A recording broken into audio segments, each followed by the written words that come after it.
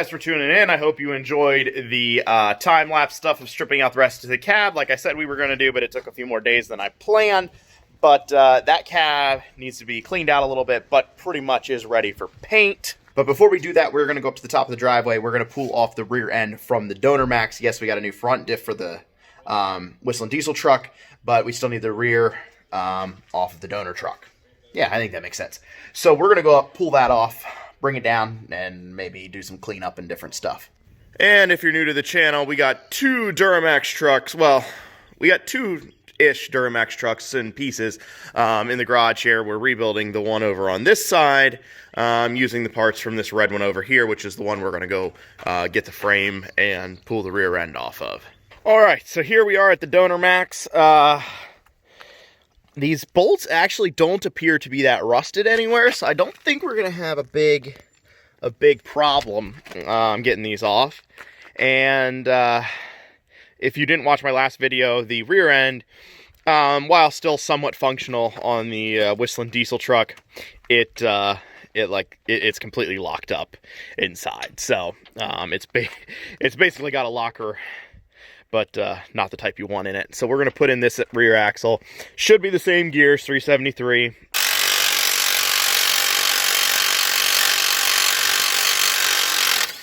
Sure enough, she took them off.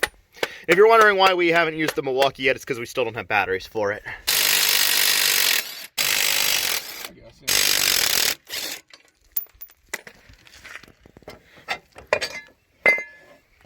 You want to size up what the shock ones are? shock ones, yep. So we got to do shocks, brake lines. That's about it. That should be it. Oh, drive shaft. Drive shaft. Drive shaft. I'd say it worked. This thing is like so rust free. It was definitely cleaned up nicely. Yeah, somebody did it right, other than they just did it to the wrong truck. Yeah. Like a craftsman had. So easy. Okay. Should be free, I think.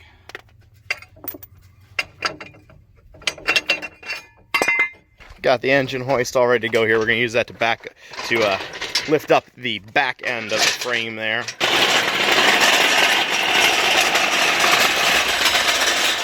Yeah, the bumper's not great. You don't have the weight of the axle anymore. Oh, there's not a lot of weight back here now. Oh yeah, it's bending it out. Actually, why is the axle not? It's free, yeah. Do it. Come up just a little bit more.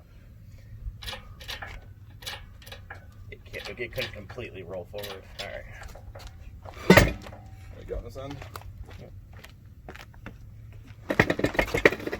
Oh. Yeah. Well, we need to come my way for one. You need to come up to. Yeah. Yeah, to get past this exhaust pipe.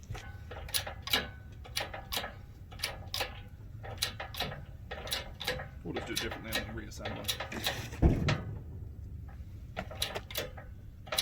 I think that's good.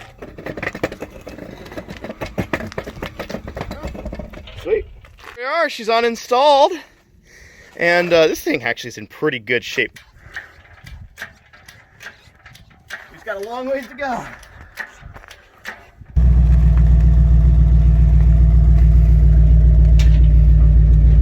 Hold on a sec. We gotta go up a little bit.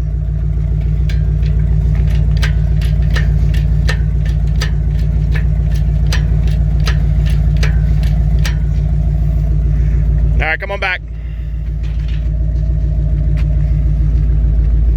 Keep coming. Hold it there. All right, we're as far as we can go there, so I think we can set it down. All right, so we got her down at the house. We are going to start degreasing it, spraying it down, seeing how much of this coating we can get off. I haven't talked about it much, but we are planning on painting ourselves here. Some of the stuff that is not as important. This is going to be painted body color. I don't know how good of a shine or how good of a job we're going to do. We're not professionals painting at all. We're also going to do all the jambs and underside of the cab, and then the underside of the bed as well here at home. And then for the stuff that's on the external part that everybody's going to see, we're going to take that to a professional and have done. But some of the stuff that you don't see as much, we're going to try to do here. But we thought it would be pretty fun to spray paint the rear end, or paint the rear end, and we'll gloss it too, and just see what it comes out like, and just class this thing up a little bit.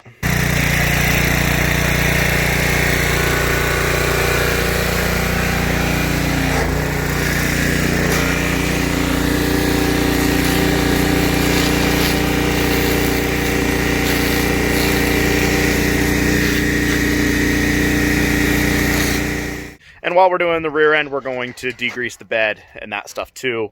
Oh no, I touched my face. Got the virus now.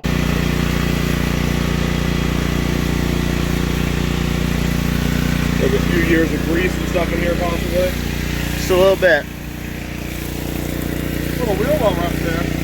Yeah, but not really. I mean, it's surface rust. I was just checking it. Okay. That's not a whole... Oh. Yeah, that's what I was thinking. That was like a hole kind of. All right. That's where the rock lights are going to go, right there. Can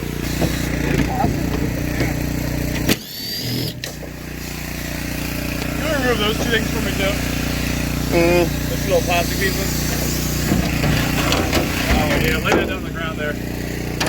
I'll put some soap on it.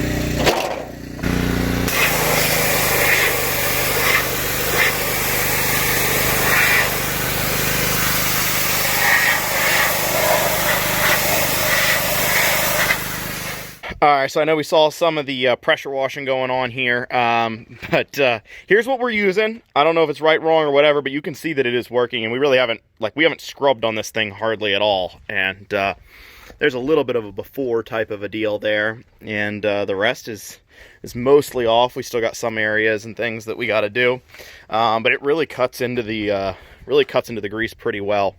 So it's not working as well on the actual coated finish on this. It's working, but not quite as well. But you know, we'll use whatever we got to do to get this finish off. But we just figured we'd try it on that. So we're gonna keep spraying here and get this thing 100% ready to go. While we're cleaning stuff up here, our Chrysler 300 that we rebuilt just came back from paint. This one was not a priority one or anything like that, so it took a little while. I mean, it's been, I don't know how long it's been gone, but we rebuilt it a while ago and just didn't worry about getting paint done. But it is back, looking sharp, and the Duramax is about to go.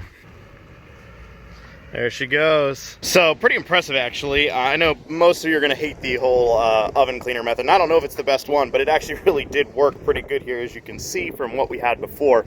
It took all of the big stuff off, where this is just very...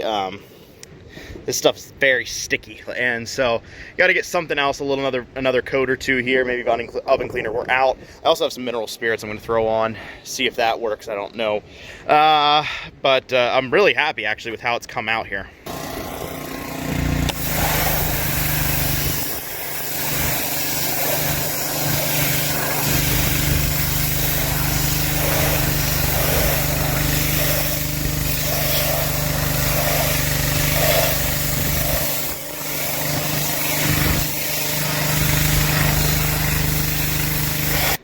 And it seems like, as always recently, it's very windy outside, so hopefully you can hear me. But we're going to call this good, I think, for the cleaning up. We're going to wire wheel some of the stuff. You can see I started to do a little bit here, but we're going to let the rest of it go. But I'm really happy. I mean, look at this before picture, and now you can see what it looks like. So we definitely did some work. We are going to have to do some patching. Unfortunately, we got, I don't know what we're going to do here yet exactly. Maybe just some body filler, honestly. Well, the gasoline and mineral spirits definitely took the rubber off. But we're going to have to patch in the end of this. And then, oh yeah, man, it is windy. And then the hole in the fender well here, we're going to patch in as well. Now, as far as finish, this in the cab, I said we were going to paint gloss. I don't think that's the case anymore. We are going to go over top this thing because there is some rust. We're going to do the POR 15 stuff. I've never used it before, but I hear nothing but good things about it. So, and that's paintable. But what we're going to do is we're going to do a tinted to body color undercoating under the entire thing, wheel wells, all of that stuff. And then we will do we're going to paint here the end of this bed, as well as the back of the cab inside here will paint, as well as the jambs and just the inside of the cab. But the bottom of the cab and the bed is going to be tinted undercoating. I want to show you, this is why we're not doing the differential today. It's because I'm waiting on order for a new one of these guys. You can see that it has a bend to it right there. So it makes complete sense after all the beating that's taken through. So we're reaching out to Rough Country. They're going to send out us another one of those, as well as we need the sway bar links down here. And then they actually have 2 optional stabilizer bars that run back, and I think we're going to get a set of those as well, just for a little extra support for the whole cradle down there. And I know you saw that we pulled pretty much everything off on the cab here at the beginning of the video, but master cylinder is out. The only other thing yet that I think we have to do, I mean, other than just cleaning it, we got to hook some power up to get the windows down, and then pull these weather strips out, the weather stripping out.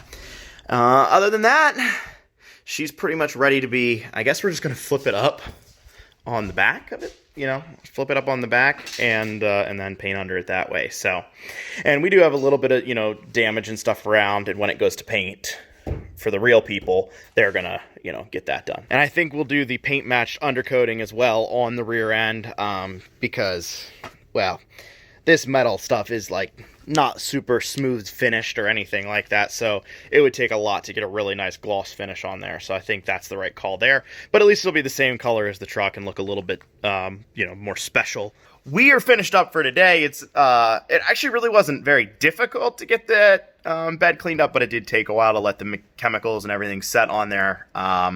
You probably just start with something harsher. Actually, oven cleaner is pretty harsh, but start with the harshest chemicals if you're cleaning out a bed or anything like that, because, you know, the harsher the chemical, the better. Make sure it eats through the metal.